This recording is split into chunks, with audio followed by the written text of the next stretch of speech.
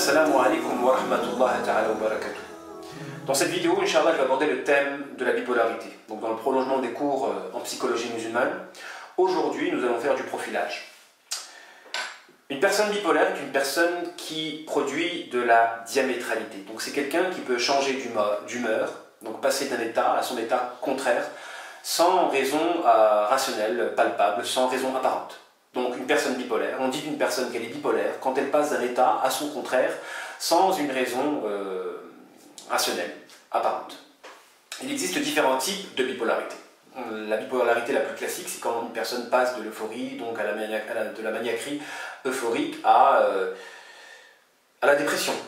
Donc c'est quelqu'un qui passe de l'hyperactivité à la dépression sans qu'il n'y ait de raison apparente à ce passage d'un état à l'état contraire. Mais il existe différents types de bipolarité, comme des gens qui passent de la joie à la tristesse, des gens qui passent du calme à la sérénité à la colère, des gens qui passent de la haine à l'amour, ou des gens qui peuvent passer de la gentillesse à la méchanceté, comme des gens qui peuvent passer de la considération affective à l'indifférence affective.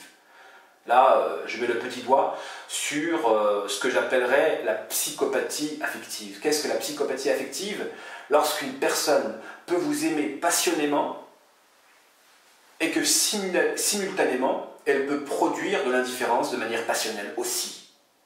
Donc quand vous avez quelqu'un qui n'éprouve aucune culpabilité à vous faire mal par le changement de son humeur ou par le changement de son état, parce que ça fait très mal, en réalité, de subir un amour passionnel et ensuite de subir une indifférence à la hauteur de cet amour. Donc quand vous avez des gens qui passent d'un état à un autre, c'est déstabilisant et ça peut faire très mal. Et vous avez des gens qui ne ressentent aucune culpabilité à vous faire mal. Et en cela, ils se rapprochent du trouble de la psychopathie. Où se situe le profil bipolaire? En réalité, le bipolaire, il appartient aux familles des principaux troubles de la personnalité que sont le trouble de la perversité narcissique, le trouble borderline et le trouble bipolaire. On peut dire qu'en réalité, le bipolaire appartient à l'extrême, la perversité narcissique à un autre extrême, et le borderline peut se trouver à équidistance. Parce que le pervers narcissique, en réalité, c'est une personne qui possède deux faces. Une belle face apparente et une face cachée, ténébreuse et maléfique. Mais le pervers narcissique, il cache sa face maléfique, moyennant la tromperie et l'hypocrisie de la belle face apparente. On peut dire en réalité, à partir de cela, que le bipolaire, en réalité, est une double facette dont les deux faces sont exposées de manière sincère. Donc il n'y a pas de tromperie, on peut dire que le bipolaire est un pervers déclaré, qui ne se gêne pas donc d'extérioriser ces deux faces diamétrales. Tandis que le pervers narcissique possède deux faces opposées, mais il y a comme une symbiose de ces deux faces, moyennant la tromperie. Le borderline se trouve entre ces deux troubles de la personnalité. Il possède, comme ces deux troubles, deux faces, mais la face négative va s'exprimer à la moindre contrariété, à la moindre blessure de l'ego.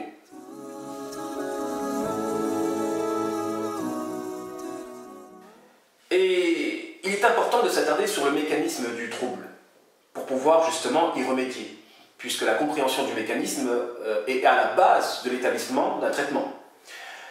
En réalité, le trouble bipolaire est, d'une manière ordinaire, est ordinairement hérédité d'un parent qui a produit justement de la diamétralité, une diamétralité qui a participé à la construction de la personnalité du bipolaire. Donc on pourrait dire que le bipolaire est issu d'un parent qui a produit de la diamétralité. Alors de quelle manière? Il peut exister différentes manières. Un parent peut produire de la diamétralité lorsqu'elle aime et déteste son enfant en même temps, ou lorsqu'elle fait des rituels à la naissance. Donc il existe beaucoup de parents, par exemple, qui ont des problèmes d'engendrement et qui vont solliciter des sorciers, des marabouts pour pouvoir enfanter. Et en réalité, l'enfant qui va être issu de ces rituels-là sera probablement affecté par ce trouble bipolaire qui est un trouble lourd, très lourd, dans le sens où, généralement, la personne affectée par un trouble bipolaire est un châtiment pour le parent qui a produit de la diamétralité. Consciemment, généralement consciemment. Donc on peut dire que l'enfant affecté par un trouble bipolaire, et c'est pour ça qu'on doit se poser la question, qui est-ce qui souffre le premier du trouble bipolaire? Est-ce que c'est la personne bipolaire elle-même ou celle qui a été à l'origine de cette bipolarité-là par la production d'un acte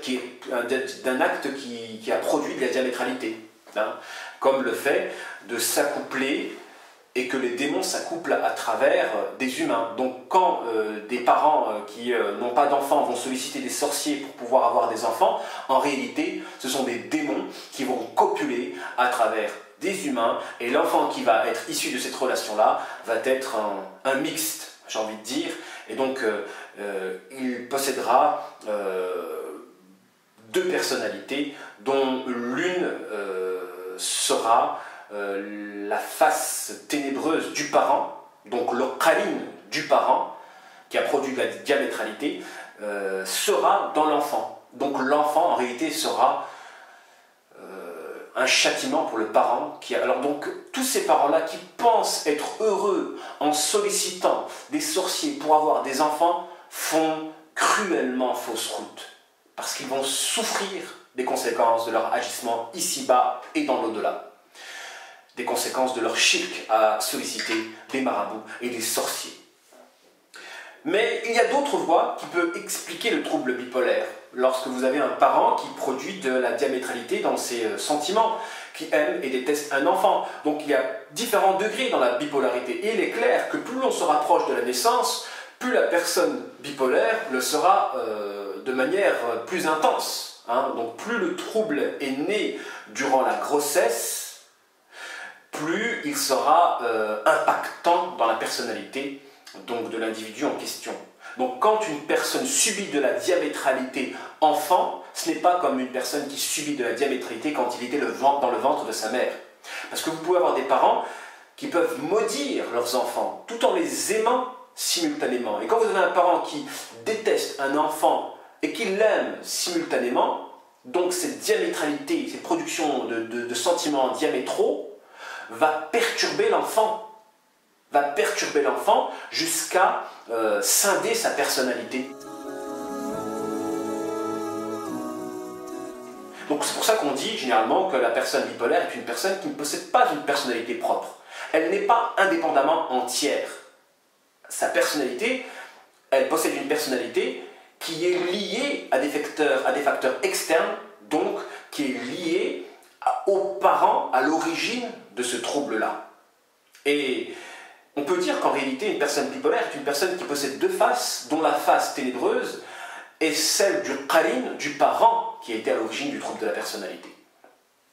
C'est pourquoi d'ordinaire, les parents qui sont à l'origine de ce trouble bipolaire veulent se débarrasser de leurs enfants, sans y parvenir. Et ça, c'est un élément qui nous permet de déceler ce trouble-là. Quand vous avez des parents qui veulent se débarrasser de leurs enfants sans y parvenir, des conséquences d'un lien affectueux intense, parce que le bipolaire ne voudra pas se défaire, il sera vaincu par un sentiment d'affection vis-à-vis de son parent, tout en ayant une instabilité comportementale. Donc c'est pourquoi en fait ce cas de figure-là est vraiment un cas de figure très délicat, donc difficile à résoudre, parce que justement une personne bipolaire est une charge lourde à porter. Et généralement, le parent veut se défaire de cette charge-là. Mais si le parent, on y reviendra dans les remèdes, ne veut pas s'attarder sur les raisons qui a fait ce trouble-là, en réalité, en voulant se décharger de ce trouble-là, elle ne le fait que déplacer le problème en cherchant justement une personne susceptible de porter cette charge à leur place. Donc on peut dire que le trouble bipolaire, lorsqu'un parent démissionne à l'endroit de la responsabilité vis-à-vis de son enfant, elle peut se rendre complice en cherchant à alourdir la vie d'une personne qui servira à alléger la sienne. Donc il y a un peu d'égoïsme il peut avoir de l'égoïsme justement dans le parent. Les ruses du diable à travers ce trouble-là. Donc par l'entremise de ce trouble-là, Shaitan aspire à parasiter. Parce que, comme on le sait, un virus n'a d'existence que s'il parasite. Un virus, lorsqu'il ne parasite pas, il meurt.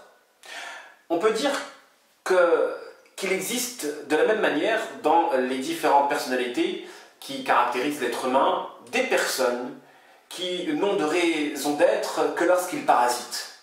Et lorsqu'ils ne parasitent pas, ils auront des tendances suicidaires. Quand vous avez des gens qui n'arrivent pas à parasiter autrui, donc à s'équilibrer en déséquilibrant, et qui souffrent justement de ne pas réaliser cette mission-là, nous pouvons dire qu'ils sont affectés par un trouble de la personnalité qui fait la joie et le sourire de Shaitan. Généralement, ce sont les pervers narcissiques qui s'équilibrent en déséquilibrant. Au niveau des personnes affectées par le trouble de la personnalité bipolaire, on peut dire que la manière dont ils vont déséquilibrer est un peu spécifique, parce que ce sera par l'entremise d'obsessions polarisantes. En réalité, la personne bipolaire, elle est dans une bulle. Elle est dans une bulle au moment où elle polarise tout son être dans des détails par lesquels elle va grossir des événements malheureux. Donc une personne bipolaire est une personne, généralement, que l'on reconnaît à la caractéristique de grossir des malheurs moyennant des obsessions polarisantes. Et par l'entremise de ces obsessions polarisantes, une victime, donc la personne proche de la personne bipolaire, risque d'être absorbée par des détails. Donc il y a une tentative de déstabilisation. Une personne bipolaire est une personne instable qui peut passer d'un état à un autre. Des conséquences de cette instabilité-là, elle peut susciter de l'angoisse chez la personne qui sera liée par un lien de dépendance, de cœur ou autre. Quand vous avez une personne qui est instable et qui peut passer d'un état à un autre, en réalité, elle peut susciter de l'angoisse chez la personne proche qui peut craindre le changement d'humeur. Et des conséquences de cette crainte-là peuvent vivre dans l'angoisse constante. Et nous savons que le sentiment de l'angoisse est un sentiment qui absorbe de la négativité. Donc une personne qui a des tendances à avoir des obsessions polarisantes par le grossissement des malheurs, donc à noircir un petit peu le décor, à alimenter un pessimisme, un désespoir, moyennant justement une lecture virtuelle des choses, waswasique, parce que justement, la différence entre le borderline et le bipolaire, c'est que le borderline peut passer du côté ténébreux de sa personnalité par une cause rationnelle apparente. Tandis que le bipolaire, lui, il peut passer d'un état à son état contraire sans qu'il n'y ait une cause rationnelle apparente. Donc c'est quelqu'un qui, sur la base d'un West-West, peut passer d'un état à un état contraire. Donc la différence est là entre le borderline et le bipolaire. C'est que le borderline, il faut une cause rationnelle à son changement d'humeur, par lequel il peut passer d'un état à son état contraire, à la gentillesse, à la méchanceté, à l'angélisme, pour passer au satanisme. Par contre, la personne bipolaire, elle peut passer d'un état à un autre par le simple fait d'un west-west, donc d'une insufflation. Mais c'est cette obsession à l'endroit de ce west-west qui va générer une polarisation de l'être. Donc c'est en réalité par les west-west desquels découle justement une polarisation de l'être que s'entretient le trouble de la personnalité. Et on les reconnaît tous justement au fait qu'ils ont un regard fuyant quand ils s'expriment, qu'ils sont comme dans une bulle, qu'ils peuvent être très envieux, et donc qu'ils ont du mal à se faire comprendre, étant donné que la focalisation sur des détails interdit le dialogue avec une personne qui sait placer la valeur là où elle est sa place. Donc quand vous avez des personnes qui savent placer la valeur à sa place, donc qui savent mettre les choses essentielles là, à leur place, ou les choses accessoires à leur place, ça va être difficile de communiquer avec une personne qui va rendre essentielles des choses accessoires, ou qui va rendre accessoires des choses essentielles. Donc, dans la manière, dans le référentiel par lequel on aborde les thématiques, au niveau de la notion de la valeur, il y aura collision entre la personne affectée par le trouble bipolaire et une personne qui ne l'est pas, une personne normale. Et quand il n'y a pas de communication, de dialogue, il n'y a pas de rupture de la bulle qui entretient le trouble de la personnalité. Parce que c'est justement ces obsessions polarisantes qui entretient le trouble bipolaire. Et pour cela, il est nécessaire d'établir un pont entre la personne bipolaire et l'extérieur, moyennant le fait de briser cette bulle par laquelle le bipolaire entretient son trouble. Et cette bulle-là, justement, elle est entretenue par le manque de dialogue, et le manque de dialogue est alimenté par la différence des référentiels dans le fait d'aborder les thématiques. Donc une personne bipolaire est quelqu'un qui va rendre essentiel un détail. Et si quelqu'un rend essentiel un détail, d'ailleurs, il en va de même pour la personne borderline, qu'on reconnaît au fait qu'elle risque de rendre essentiel un détail. Et en rendant essentiel, parce que le détail, pour tout ce qui peut affecter et blesser l'ego, sera quelque chose d'essentiel pour le borderline. Ce qui n'est pas le cas pour la personne normale. Donc c'est pourquoi le but du démon, à travers la personne bipolaire, est de déstabiliser une victime. Donc en réalité, le bipolaire sert de relais à la négativité du qarine, de la personne à l'origine de son trouble, qui est le parent, et la victime de celle-ci. Donc on peut dire que toutes les personnes affectées par un trouble de la personnalité sont des relais de la négativité. Mais la réciproque n'est pas vraie. Vous pouvez avoir des relais de la négativité qui ne sont pas spécialement affectés par un trouble de la personnalité.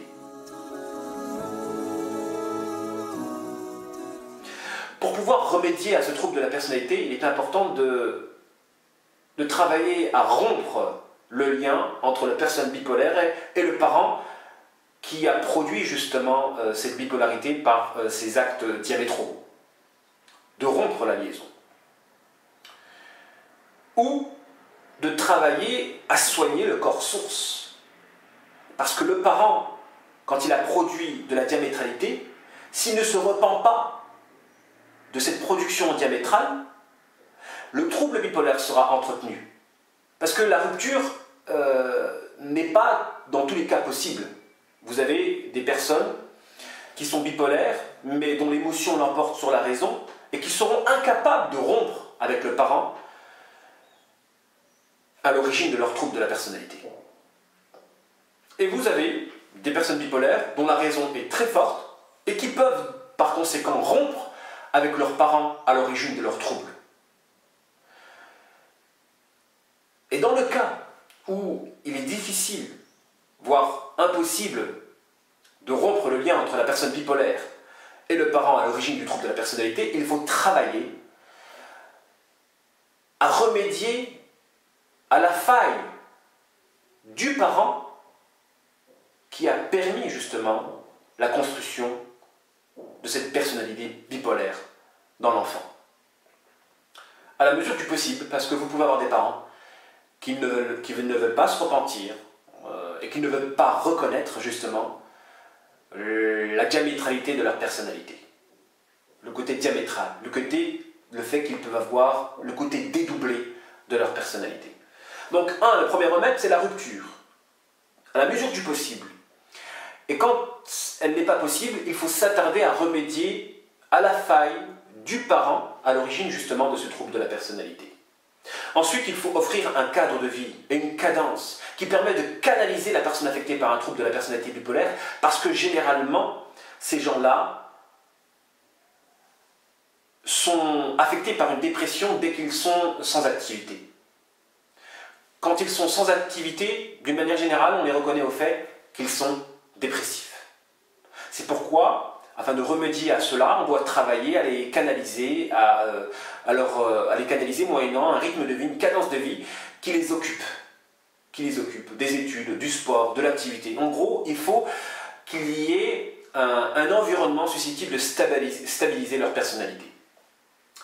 Et enfin, il faut soigner la personne vis-à-vis de ses obsessions polarisante à l'origine du trouble de la personnalité par l'action de renforcer le tawhid à l'endroit de la valeur. Parce que le tawhid peut s'aborder de différentes manières en fonction de la signification que nous lui accordons. Vous avez le tawhid par lequel nous essayons de faire triompher l'intérêt divin sur l'intérêt sur les intérêts qui peuvent le rivaliser. Mais vous avez le tawhid aussi à l'endroit de la valeur.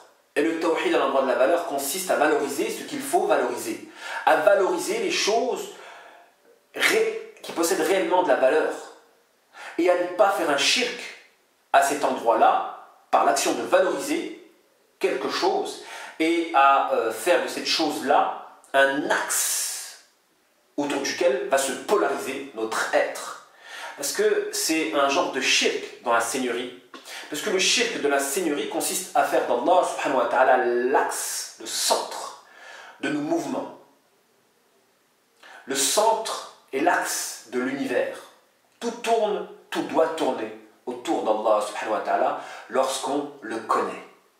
Malheureusement, associer à Allah au niveau de cette dimension du tawhid consiste à faire de quelqu'un d'autre qu'Allah, donc d'une créature, une fausse divinité par l'action de lui accorder un pouvoir polarisant.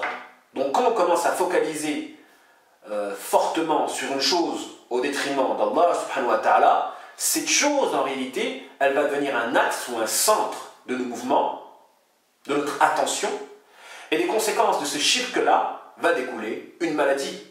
Car la majorité des maladies mentales sont le fruit d'un shirk à l'endroit de la seigneurie. D'un shirk à l'endroit de la seigneurie. Donc c'est pourquoi en réalité le remède des remèdes consiste à parfaire, à peaufiner notre tawhid, par l'action de valoriser ce qui a véritablement de la valeur, et à se défaire de la valorisation de choses accessoires par laquelle on cultive en réalité notre trouble de la personnalité par l'institution d'une bulle moyennant laquelle nous serons privés de la communication et du dialogue et de la compréhension d'avec nos semblables.